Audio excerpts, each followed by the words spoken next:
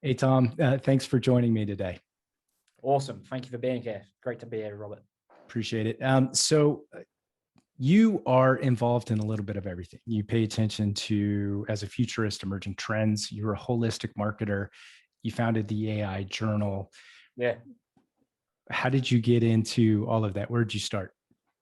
Cool. Yeah. So it's I'm not someone that was into this by nature. It was so I moved from an agency to LAC Conveyors to a automation and conveyor solution provider, and obviously that naturally led me to the world of automation and the world of machine vision and some really cool technologies and partnerships with robotic companies like KUKA and Fanuc and ABB. And I'll be honest, I didn't have a clue what I was doing, Robert. So I had to learn very quickly about how to get into this kind of technology and think, how do I learn about this? So a lot of late nights and a lot of around the external reading and looking at all these cool things, so I could kind of convince people that I knew how the job I was doing and the job that I got picked for. So it's quite cool, and that naturally just led to, it was obviously a hit, and that naturally led to working with AI and learning about AI and artificial intelligence and emerging technologies such as big data or companies moving to the cloud or whatever it is, or looking at it from a human point of view or a marketing point of view with conversational AI. And that's where the AI Journal got born, because it was purely out of annoyance, Robert. Like, I was just thinking, I can't go anywhere or find anything to find out from the people on the ground floor what's happening with this technology. And obviously, I can't quite go around ringing all the companies just yet. Now I'm in a position where I can do that because I've got the AI Journal, which is great because I can get some really cool behind the scenes content. But yeah, it just started naturally from there, and I had it open source. And like I said, I didn't really know what I was talking about, but I wanted to learn. And I encourage anyone to do that. Just start doing it, start learning, and it just naturally progressed from there. I invited a few people to come on and write about it, and it was just a blog. And then all of a sudden we started scaling up. We have people now from the CTO at Capgemini, head of AI at BMW, through to VPs at Pegasystems, who recently went public, right through to the head of data science at Sophos, to Google Cloud engineers at HSBC. There's a real broad range, right through to the co-founder of Tractable. So that's not to brag. That's just to say it just naturally progressed to that, to the core mission. We were just mentioning it now, Robert, to add value to people, similar to how you're running this show. It's just to show what's going on and help people and educate people, because there's a lot of unknowns. And I also think a lot of people like to overhype what it actually is, because it's not that tricky to understand. It's AI. You apply it to a data set, a machine learns it. All of a sudden, you've got something that can allow you to make better decisions at its core. Like, obviously, there's behind the scenes where you need engineers and you need data scientists or whatever it is to make sense of it. But that's really what it is at the core. And so it's just an interesting journey to get people involved with it and get people involved. So that's why we always say, come and join the show, come and have your opinion and have a bit of fun doing it. So yeah, that's the main thing. It's interesting how you can pick a direction and you just start banging your head against the wall until you figure it out. Yeah, exactly. Well, what's been something like that with you, Robert? What's been the kind of thing that you've noticed and you just start, was it this podcast? You just start doing it? So when I first got my computer, I had a Texas Instruments home computer when I was a kid, and that started my love affair with technology. I was on the bulletin board systems and communicating with the modems. That was fun. Yeah. And then the rise of AOL. Computers were old school at that point for me. And then just being able to watch it grow and emerge and transform our society.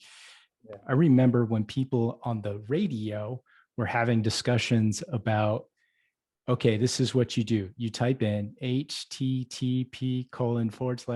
If you don't know how to do that by now, you're not cool, right? It was fascinating. And then here we are today talking about robots and the metaverse and blockchain and quantum computing. And we have this concept of possibly the singularity and what's going to end up, what's the unknown that we're breaking into. It's truly fascinating.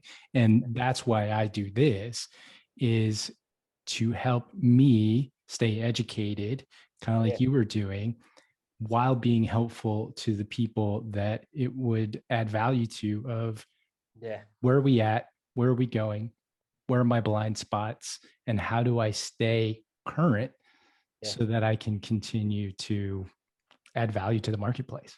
Yeah. And a step, we're a long way ahead of when, what was it, when you had the modems and it would dial in, and you'd have that noise of everything looking up and everyone was like, what is the internet? And now we're at a world where you can stick on a headset and be at conferences on the other side of the world within 20 years. So the rate of, I guess the word is compounding, is just, it's ridiculous at the moment, how quickly we're going. And it's awesome to see you got this platform to kind of talk about it as well, Robert. It's awesome to see. It's mind-boggling. I remember when I got my first 1.44 floppy, I thought there was no way I was going to be able to fill that thing up. It was incredible. So when you're going through this journey, say it's somebody that's completely new and you're just trying to say, this is the current state of where we're at in being prepared for where we're going. How do you have that dialogue? Great question. And it's something I kind of get asked a lot, where like I'm a fortune teller, like, well, how do you see the future going? Like, I don't know. And I think it's, I'm a futurist, so I love to see where we're going and I love to see what's going to happen. But at the same time, I'm quite realistic with the view. I don't know what's going to happen 5 seconds from now, but I don't know what's going to happen 5 years from now. So I think it's important for me to look at it that way, just to give a better background before I give the answer. And I really see it as something that's just the use of all these emerging technologies, right? Just how quickly we're bringing them to market, the amount of data we have on a daily basis, the amount of ways we're using all these new technologies, the rate of adoption. I mean, it's a silver lining because of COVID, and obviously it's horrible what's happened and all the bad things that have happened. But do you think we'd be in this state if it wasn't for COVID? Do you think we'd be where we are? So you kind of look at it from a point of view, it has innovated us. It's made us more adaptive. It's made us more, I can have this call with you and I can be on the other side of the world drinking caipirinhas on the beach and we could be having a great time that way. But it's really, I mean, a lot of people are trying to have calls with beforehand. They wouldn't want to take the calls and they wouldn't want to jump and they definitely want to be on camera and they definitely wouldn't want to have these things. And I think we're just at the start. People think, oh, these technologies, they're really cool. I hear terms like hyper automation, intelligent automation, RPA, all the hot buzz things, and basically just consolidating your data and getting a robot to do it. It's not that fancy in my eyes, but other people see it as this big thing because it can save time. And I think we're literally just at the start, even with the internet. I mean, look at how long we've been around, billions of years. And because we've been here 20 years, we've all of a sudden got experts, people that claim they know these things when we don't even know what's going to come about in the next 5 years. It's crazy. And I think especially you touched on it with, I'm really keen, Robert, on technologies like quantum computing, because it gets me just really excited, really passionate about what can happen, because it's just going to make things so much quicker. It's going to make things so just dispensable. You can get anything you want with anywhere. And I think whenever it does come to market adoption, whether it's 5 years or a year or 10 years, I don't know, but I think it will just be really cool. And I mean, then there's the other side of things such as AGI, so artificial general intelligence. That's something I'm really keeping an eye on, because that's really, some people claim it the Terminator era, other people claim it the best years alive for customer experience era, because it's going to just enable so much. So it's in a long-winded answer to your question, Robert, I think it's really cool just to not just get carried away with looking too far ahead, because just look at what we've got at the moment. It's insane. Like, I don't think I'd be able to build this business if it wasn't for what we have available to us today. And I think it's it's really exciting. It's really cool to see what's going to happen. And obviously we interview a lot of cool people and do a lot of cool things with a lot of cool initiatives, sorry, not just things, but initiatives with great companies, and just to see what they've got in the pipeline.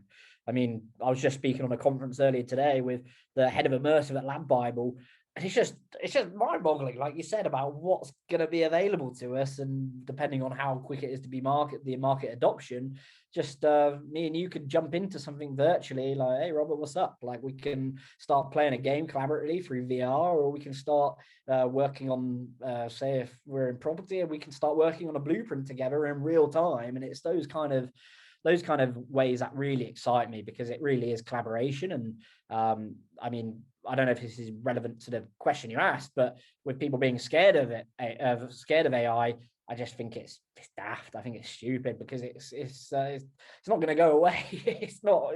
The people creating it aren't thinking, whoa, like, I mean, the regulations, they can't even keep up with the rate of change. They bring out a new regulation, new piece of software's out. Well, that's collapsed itself. You're going to have to add 100 different articles to that regulation or whatever the framework is. And I think it's I think it's just a really exciting time to be alive, and I'm very optimistic, as you might be able to tell. Yeah, I definitely can tell. And what do you think is the difference between someone like you and me that are extremely optimistic about where we can take all of these technologies and what they can do for humanity versus that fear factor? Yeah, that's a great question.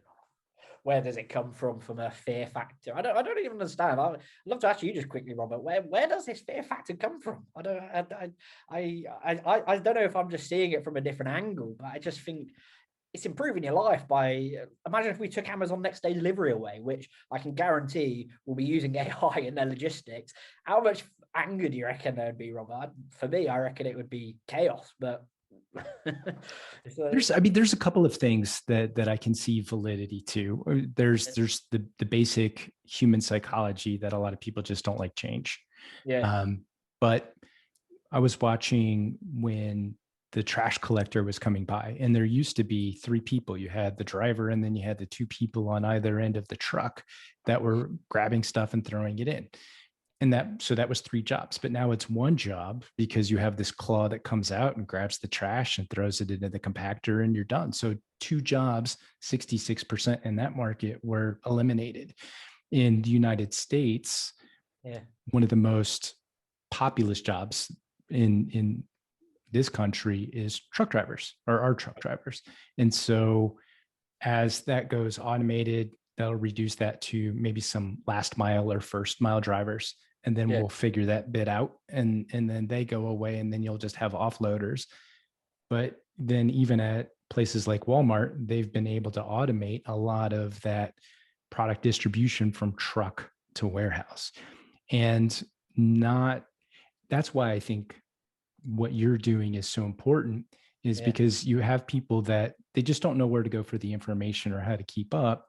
Yeah. So that unknown and that uncertainty creates fear.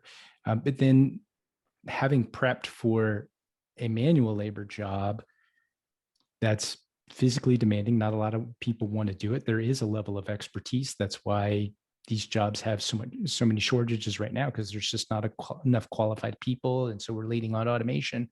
Yeah. But what do I do next to be able to support myself and my family? You have a truck driver that's making 70 grand, 100 grand a year, that with a high school education, that all of a sudden has to figure out what that bit I get. Yeah. I get it as well. And I don't know if this is the wrong way. This is a great conversation, because I look at it as the point. It's the simple statement: become more valuable, you get higher pay. So it's a very simple equation to me, to think, if you don't want to go out and learn in your spare time or become more valuable to the marketplace, yes, these new technologies are coming around. I'm not saying this is a right or wrong way to look at it, Robert, because I know there's factors that might determine whether they can or can't do a job. But I think if you're not prepared to do the work and to be prepared for it, why should you not be put out of a job? I mean, it's maybe quite naive and arrogant from my angle, and I'm not saying I necessarily agree with it the full way, but it's definitely a consideration, right? Because how do people get to where they're going? They learn more, they read more, they do more, they take more classes, whatever it is, they go to more conferences. And I think it's not impossible for people. I mean, AI is constantly seen as it creates 3 times as many jobs as it destroys. But the reason people get angry, and you see it at the moment, there are labor shortages in becoming a data engineer because not enough people know how to do it. And teachers are becoming data scientists because the pay is much more attractive.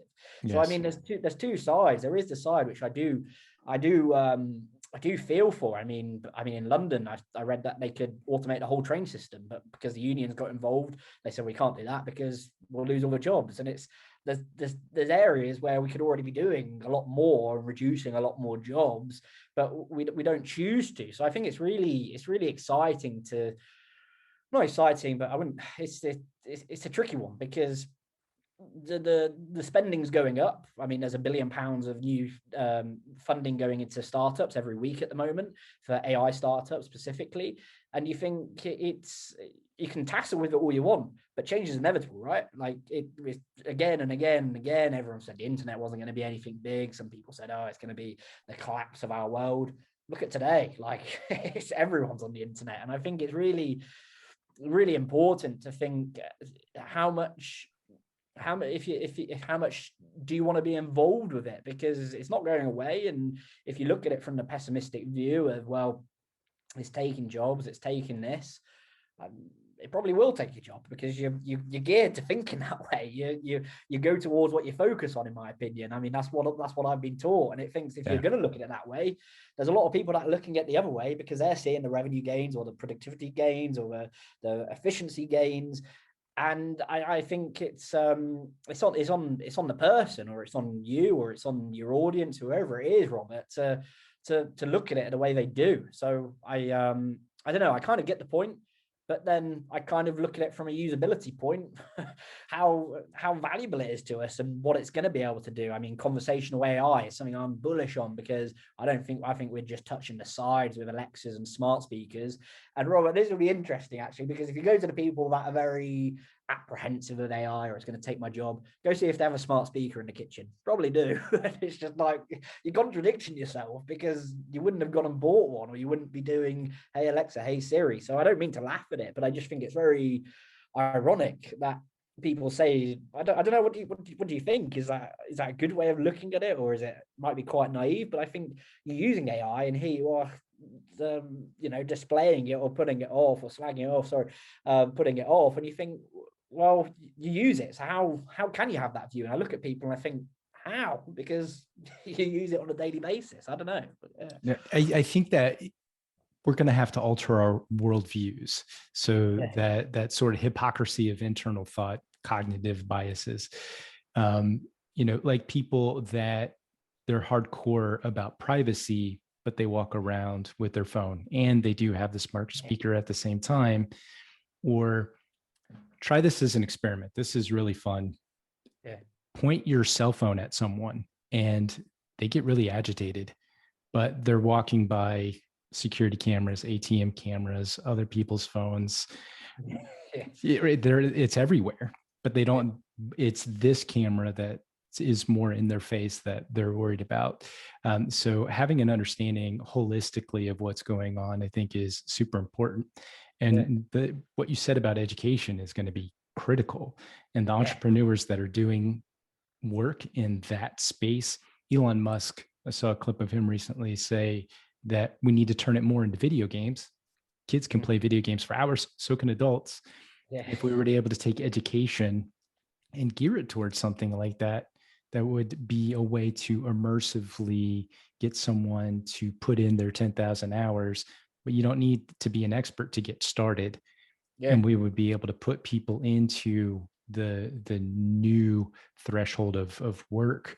You're going to have to be highly educated to work in a smart factory now.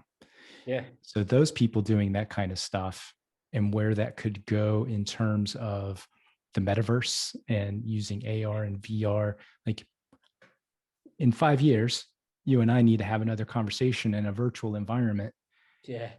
On the moon. 5 years. It looks realistic. How about next year, right? That's going to be epic. I'm looking forward to stuff like that. Yeah. And I think that's why it's so important for education, because honestly, it's so vital, because people don't understand it. And I think that is why there's some skepticism, because they don't understand how it's being applied, and companies are very quiet and shallow on how much information they give away and what information they give away. IP is so big, and if I give that away, I'll sacrifice my company. Which is really interesting, because companies like Google are usually pretty open source, and they try and make sure that anyone can use their code, and they try and give things away for free. Like, I mean, you can go on Google Sheets and use that for free. And that's why Android is so much bigger in terms of the marketplace for their compared to iPhones or iOS, because they don't have any high quality control like Apple does, where Apple try and control what goes on and what doesn't go on. They're very open source. And I think it's very interesting, and that's why we follow the same open source model, because it's really so important, like you said, Robert, to share this information and to have it available so people can educate themselves even in their spare time. And I also think it's on the side of companies to educate as well, because if you're going through some digital transformation project, whatever it is you're trying to bring in to optimize your supply chain or optimize your accounts payable department. So for anyone that doesn't know, it's you can use that software, and all of a sudden your invoices can be followed up by a robot, and it can all be tracked, and then you take away the whole side effect of personal error or missing invoices or not properly chasing them. And I mean, things like that are huge, but I see press releases all the time. So we get sent tons of press releases, and they all talk about digital transformation. They all talk about these cool technologies, and then they completely forget the human side. And I think, what is this? Like, it's not just it's not like some tool you just pick up from down the store or something from a hardware store. It's something that you really need to train and educate people on. And you think how much on it, touching back to our point earlier, how much of it is they're destroying jobs within their company, like that they still need, but because they haven't got the right education or the right support. And I mean, that's why it got to me, and that's why I wanted to start it, because yeah, you've got the Forbes, and yeah, you've got Entrepreneur and all the big companies that talk about it from a business point of view. But if you look around and read around, a lot of the times people completely miss the human factor, that this isn't, you can't run.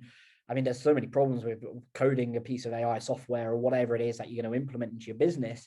You need people around that know how to keep check on it and know how to do things, and they're becoming quite rare.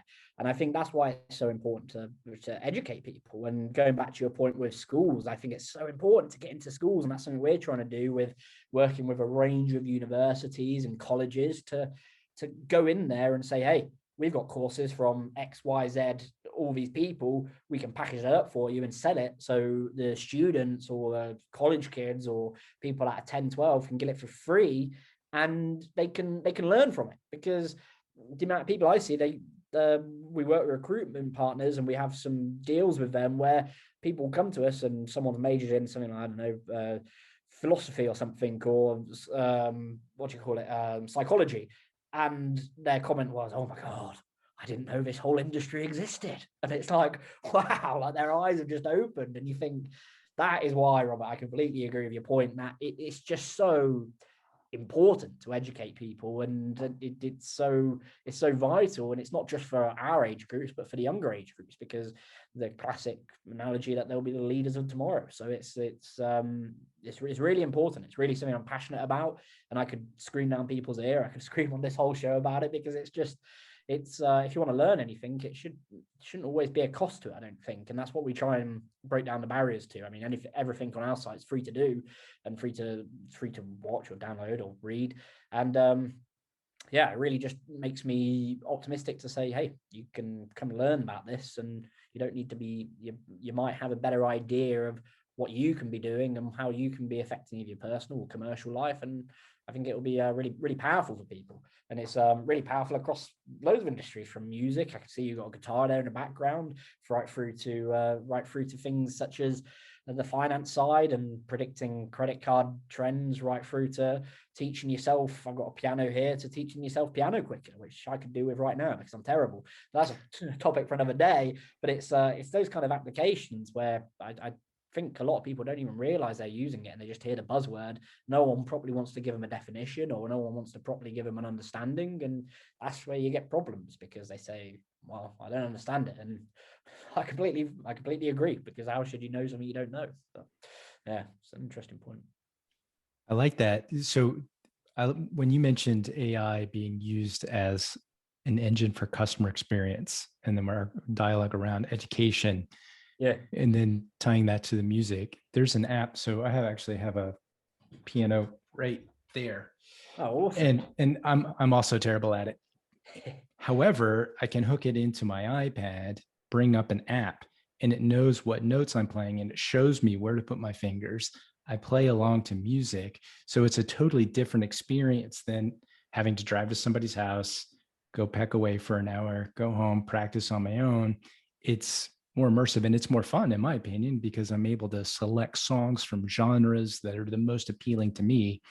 And the entire experience becomes personalized to my learning and what individual things I need to do. The algorithm is figuring out, okay, let's do the song in this particular way so that he gets this style. Yeah. And then we apply that to anything and everything through the educational experience.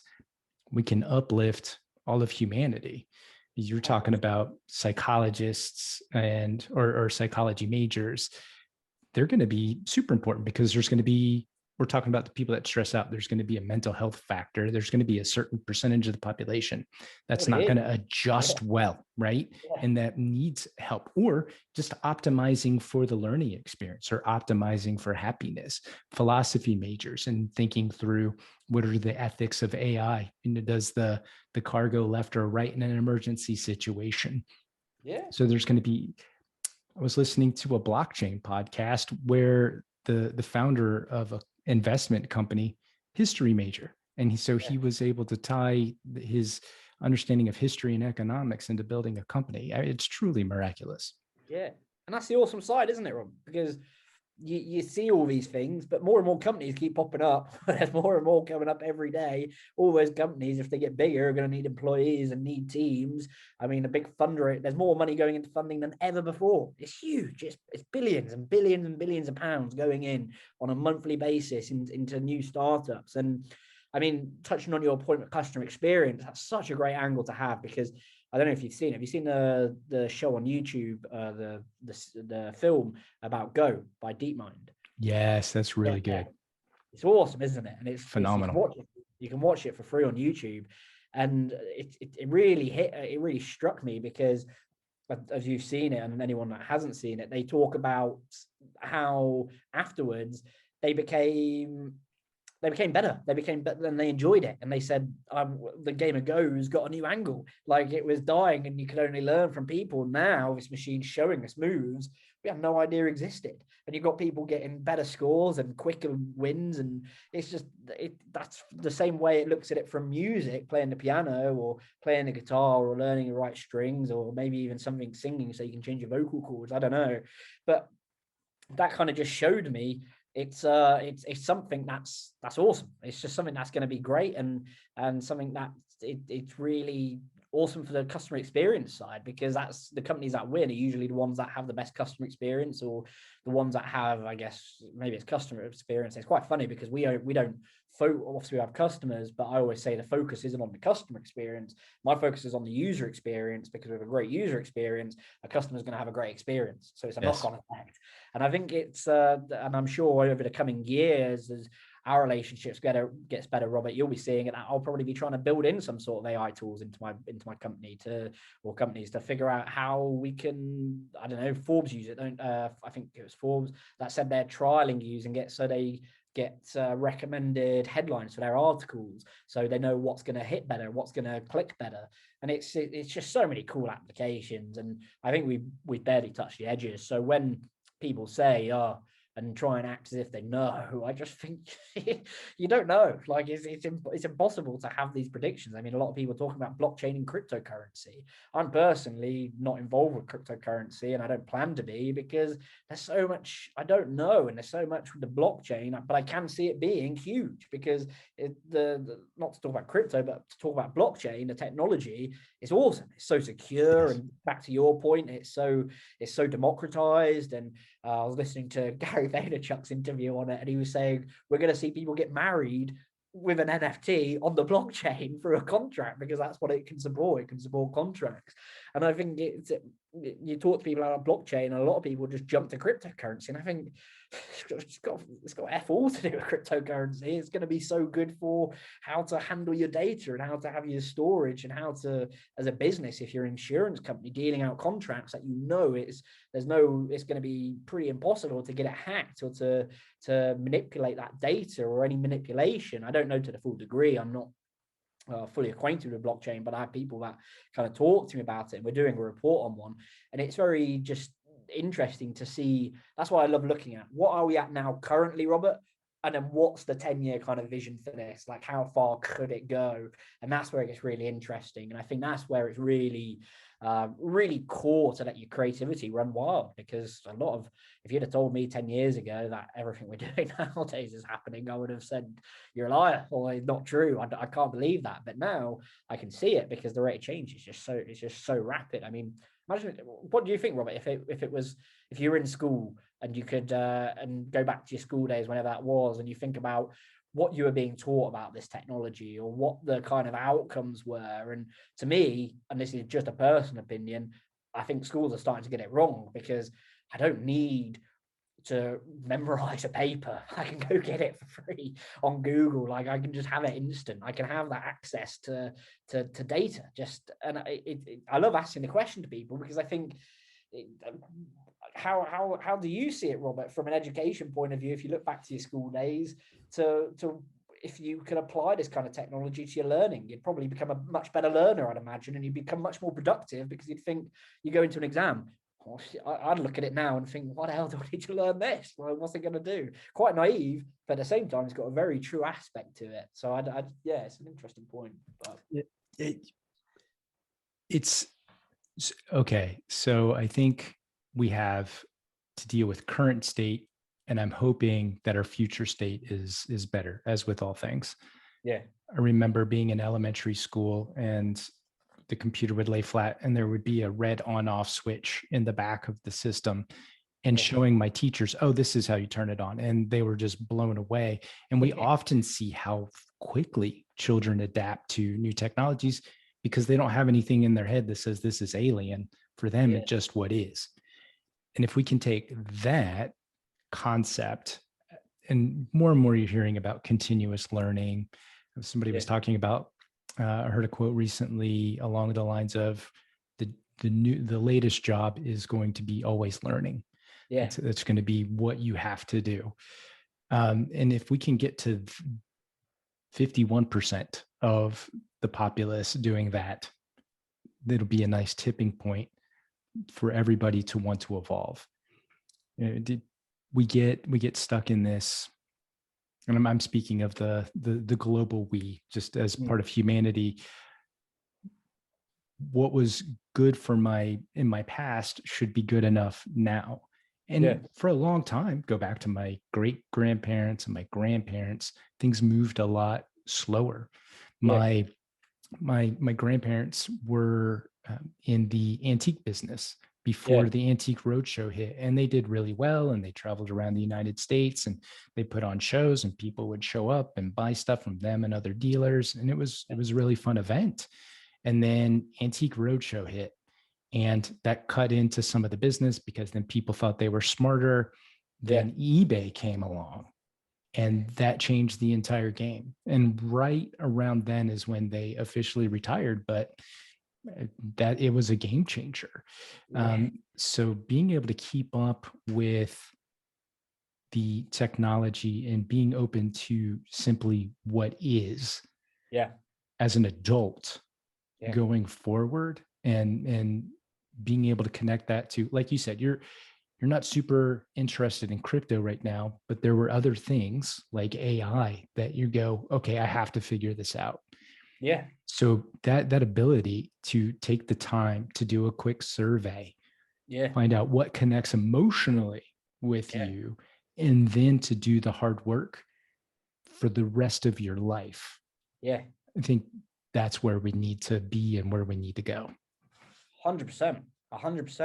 And I think that's great points, Rob, because I'm just looking to the side now. I've got a massive whiteboard here, and all it has is just the most bonker ideas you can imagine. So it's just full of ideas that I don't even know how I'd get them to market, or what I'd be able to do, or what the kind of keywords are to see. I mean, we've got topics here that are around cloud, deep learning, bringing some kind of tracker in, and it's that kind of creativity. I think we need to really, I don't know if this is off topic, but it's just thinking to how to get these technologies into people's head.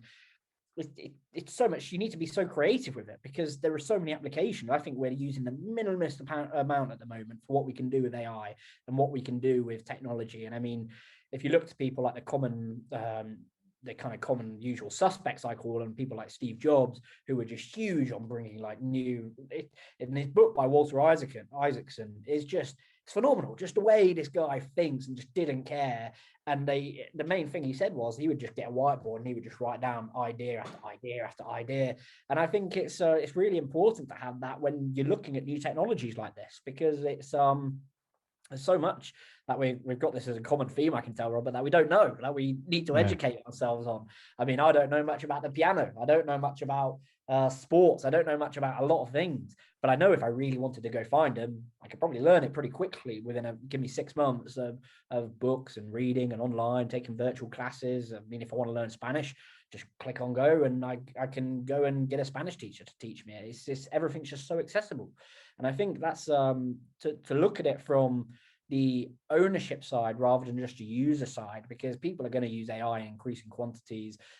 And going back to our original point, if you're not there to educate and teach yourself about it, you probably are set up for a loss, because I just think it's so important to learn about these things. And there's aspects, I'll be completely honest with you, Robert, I hate learning about. There's things I don't understand, there's things I don't want to know about, there's things I don't want to do, like running a business. There's areas you don't want to do, but you need to do them because you need to understand them to a certain degree, just like I need to know them if I'm going on a call, or I'm going on with a new business or whatever it is. And I think it's yeah, I don't know if I'm going a bit off topic here, but it's just to make sure you're constantly learning, constantly educating yourself. And I think that's why shows like this are so important, to have these kind of informal chats, to just see new angles and get new ideas. And there was something really funny I read the other day. They said, if you want a great business, get people with conflicting ideas. They said you might have a few fist fights, but you get a lot of great business ideas, because that's where new ideas come from. Because they said it's how you're gonna come up with things where people disagree with you. Say, that's a load of rubbish, I don't agree with it. And they go, well, I think it really is good.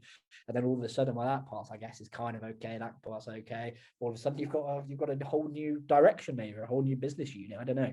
But it's yeah, it's really interesting that's why I love the AI journal, because we just get conflicting views all the time and we encourage it. And there's other places where writers will come to us, Robert, and they'll say, oh, well, we tried to go to IEEE, or we tried to go to whoever else at Harvard Business Review. They wouldn't publish it because it's deemed as the approval process is 6 months. Come to me, I'll publish it in 3 working days. Like, that's what we do. Like, and I think that's how my business is gonna, or how the AI journal is gonna scale quite quickly, or it is scaling quite quickly, to share those kind of views and keep it open. If you've got a view on something, I don't care if you're a 15-year-old, or you're someone that's a veteran and you've got 55 years experience working within cloud or whatever it is, or a certain sector. I think it's so important. It's that core theme of just educating, learning, getting up to speed with something, and understanding it. And with that, once you start understanding something, your nervousness probably starts to go away. So yeah, I can appreciate some content being gated. So I find both models important. So for what you're trying to do, having that open and giving people an opportunity to both express and to imbibe that knowledge is super important to be able to help humanity. Like the website archive with all the AI papers and having those philosophical discussions around AGI, and getting that out of the hands of these elite journals that want to lock down the knowledge and protect it and sue people. I think that's hyper important. And then where I see specialized content, I have a close friend of mine is an investor, and within the markets that he pays attention to, he finds those specific experts. And if it's a grand to subscribe to their information and it pays off, then he's willing to pay that grand. But that's a different type of use case. When it comes to elevating humanity and humanity's knowledge, that open discussion outside of having to pay hundreds or thousands of dollars, sometimes for one article, I find that ridiculous. Opening that up so that way we can lift all boats, that's important. Yeah, so important to keep it, to make sure people can see things, to see the change. And I think it's it baffles me how people want to keep such knowledge locked away to themselves. I think it's selfish. I think I can understand it to a certain degree, to your point. I mean, there's quality control, which we look at. I can't have anyone on just writing anything about which doesn't make sense, or it's if it's just nonsense. But a lot of times people will have a degree of understanding for that specific sector. And I mean, we cover aspects that are so broad, so wide, that there's areas that I just don't understand. But it's quite good because obviously as the publisher, I can read them first, and I get quite attuned with a certain idea or knowledge quite quickly. And yeah, it's just really, it's really fascinating to see the kind of ways of how companies are going to work in the future. And I mean, I think anything that's open source is the way that's going to excel. Obviously, your point about quality control, but and making sure you've got certain benchmarks, I guess. I think a guy called Jay Shetty, who runs a great podcast, He's really good. Yeah, he's awesome. And his interviewing skills, like Tim Ferriss, that's just such class questions. Like, just listening to them to see how they can get so deep into that person's questions. But Jay Shetty said on the podcast I was listening to, he has a benchmark is 75%. And he said if you don't have such a benchmark, and I know this isn't specific to AI, but just with anything, and this is how we run, if you don't hit that 75%, you need to hit that 75%, but 75% to 99%, you'll never get anything done. You'll never get anything out. And I think that's why it's also important to have the element of failure and the element of testing new ground and testing new ideas and seeing what resonates. And my background's marketing. When companies, I know yours is as well, and I think when you're in marketing, I mean, everyone in my eyes is a marketer, but when you market yourself, what job you're going to, whatever sector you're in, but I just think when marketing teams come and they're not pushing out anything, I think, what are you doing? Like, just get content out. That's the only way you're going to get recognized. You need to be just on a constant go, like keep a benchmark, and obviously your benchmark will get better because you'll start getting a keener eye for that's a load of rubbish. That's really good. That's really great. That's awful. And I think it's just the same with any AI companies. They're going to make a lot of mistakes and a lot of regulations coming in to try and stop them. And there's going to be a lot of laws broken just because they did it by accident. They don't know what they're touching, and they think, damn, I didn't know that we were doing that. Like, that's going to be a problem. And that's why, like you said earlier, ethics is such a huge thing, is questioning before you go away and send your engineers or your data scientists or your software infrastructure engineers to build these models, or to go collect the data or see how it run or test the model or whatever it is.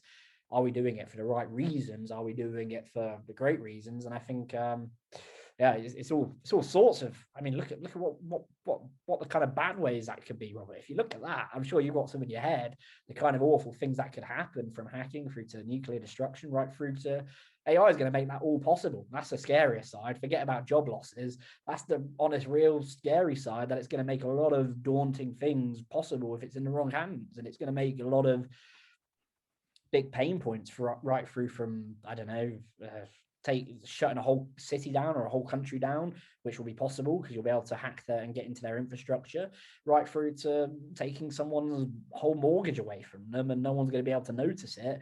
And I mean, there's all these kind of challenges, but no one ever really looks at those challenges. They just think AI's taking my job. And I think, trust me, if you want to look at the daunting side, there's a lot worse things that could be happening, and there's a lot of cool things that will happen. I think it's I mean, that's where it's going to be a constant. That's where there's going to be loads of new companies. I mean, cybersecurity. I don't know what your view is on, Robert, and but cybersecurity is huge to me. I love it. I can get so immersed in it, just looking at all the cool things and the way information sharing and how to put, like, how companies hack their own data. It's bonkers. Would you hire someone to come into your company and then start hacking away and saying, "Show me the weak spots. Show me how I can get my data stolen"? Or it's a mad concept, right?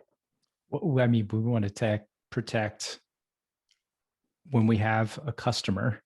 Yeah, we want to be able to protect them. Exactly. There's just as when people like us are putting out content and we're doing that to add value, if somebody is trusting us to do business on their behalf, and we have to collect information in order to do the best work possible, but that makes them vulnerable, protecting it is critical. And you have asshats that just want to cause damage. Well, look at the pipeline that just got blocked. The whole East Coast is backed up because people get scared, but that reaction caused a huge problem. And then you pay the $5 million, and that opens it up to do it again and again and again. You incentivize criminality rather than protection. And so the people that do that kind of work, they're huge. We need them. And hopefully the good AI beats out the bad AI. Yeah, 100%. That's a prediction for you, isn't it? Who's going to win? Who's going to take it away? And I think we're going to see some. There's a lot of. I am 100% optimistic, Robert. 100% positive. But the next time someone looks at the awful side of AI, really consider what it can potentially do, from ruining your life right through to doing a thing. I'm not trying to give a pessimistic view, but to me, that's why there's going to be a lot of new jobs coming about, because people are going to pay big money to protect that data. Companies are going to pay a lot of money to other companies to say, you're already seeing it. A lot of big companies exist to protect people's data and to hold it and to make sure it's secure and to make sure it's good. And I think it's just a really interesting way of looking at it through cybersecurity, because that's the dark side that shows you. I mean, there's a great, I keep recommending it at the moment, but it's just so good, by Kathy O'Neill. I don't know if you've read it, The Weapons of Mass Destruction, and it just looks at all the uses of big data, and it's a sensational book. And you just think there's a lot of ways, from a personal view right through to big organizational views, of how we need to watch ourselves and be better. And a lot of new companies popping up in the ethical scene, and a lot of universities introducing a lot of new courses. So I think it's to go back to our original point, it's creating much more than it's taking away. And I always see it in that view. And I think it's just so important to educate and to get ready for all these changes that are coming, because I mean, AR, augmented reality, huge topic, and maybe another conversation for another time, Robert. But just look at that with the applications for retail, for using it, wearables, tracking all your data, send that to a customer. A business can look at who you are. They can build the persona of you. They know where you're going, what you're buying. And I think that's why fintech's so huge, because they're the biggest data consumers, in my eyes, or maybe not the biggest. I don't know who the biggest is, but they're big on it, and they collect a lot of your data across a lot of different sectors. And you think that's great for a consumer side, but the other side is, but people keep buying it, and people keep getting involved with it. And I think it's just it just baffles me when I hear the words people saying, "Oh yeah, but it's going to take my job," and I'm like, maybe, but you're clearly optimistic, because you've just got to bought your new Apple Watch or something, or your new Fitbit or whatever it is. So I think it's a really interesting conversation. But AR, that's a huge area that I'm really excited for as well. I don't know, what's your kind of thinking on augmented reality, bringing that in, having we touched on it earlier, the metaverse, and having everything through your Google glasses or something. It's mad, isn't it? Well, if you and I could dialogue without me staring into a screen, and it was more natural just to have you in my perception, and be able to move things around with my hands and not being restricted to a smaller space, that's freedom. One of the use cases that I like to think about is when somebody buys furniture that they have to assemble themselves. So say you're an IKEA customer. What if you naturally, your glasses, your contacts, whatever that happened to be, easily showed you exactly where to place, how to push, where to twist, and you're not trying to decipher oftentimes terrible manuals to be able to put that piece of furniture together. You're going to be able to help manufacturers. You're going to be able to help auto mechanics, right? There's going to be huge benefits.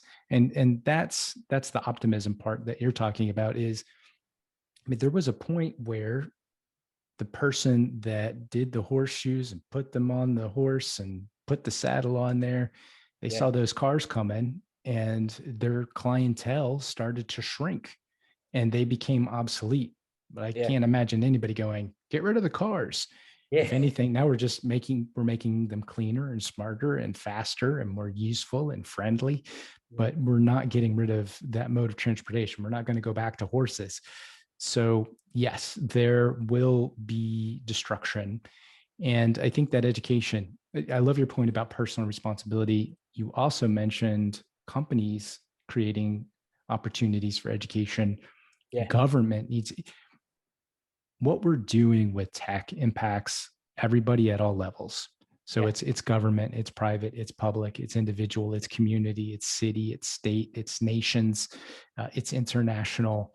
And so it needs to be a dialogue. And the politics part is what creates the complications, right? You have China with their Great Firewall. You have Russia that's almost establishing their own internet, and then kind of everybody else using the Western version of the internet. Seeing how that plays out is what's going to be interesting for the use of technology. You mentioned that book about the use of big data. I read one recently about, it was called The Precipice, and it was talking about the different ways and the probabilities of how the world could end. Asteroid, comet, pollution, whatever. And AI was one of the bigger ones. Yeah. And one of the use cases was, what happens if a totalitarian regime like North Korea was first to AGI? Yeah, exactly. And they were able to monitor everybody all at once. And there was no way to be smarter than the machine to be able to come up out of that global oppression. Yeah. But I still go back to the optimism of the majority of humans wanting to do good things and leveraging the technology for good things. And we will come in. Cars cause car crashes, but a million people die. But we're figuring out ways to make them safer and improve it. And we can do the same thing with all the other technologies that we're afraid of and that are destroying jobs to create more and better lives. Yeah.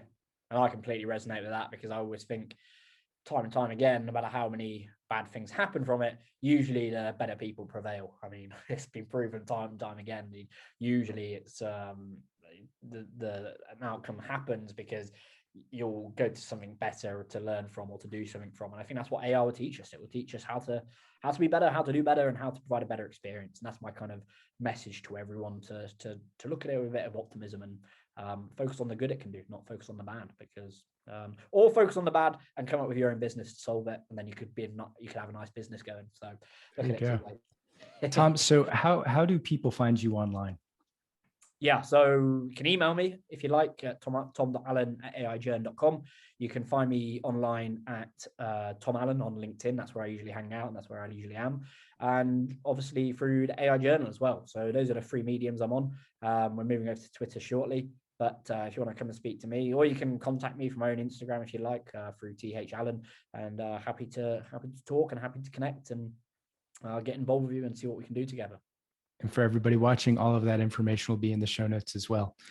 Amazing. Hey, I really appreciate your time, Tom. This was absolutely fantastic. It was great connecting with you. Yeah, feel like we didn't have long enough, Robert, and I'm looking forward to the next one. So thank you for having me. Really appreciate it. Grateful to be here. Thank you, Robert.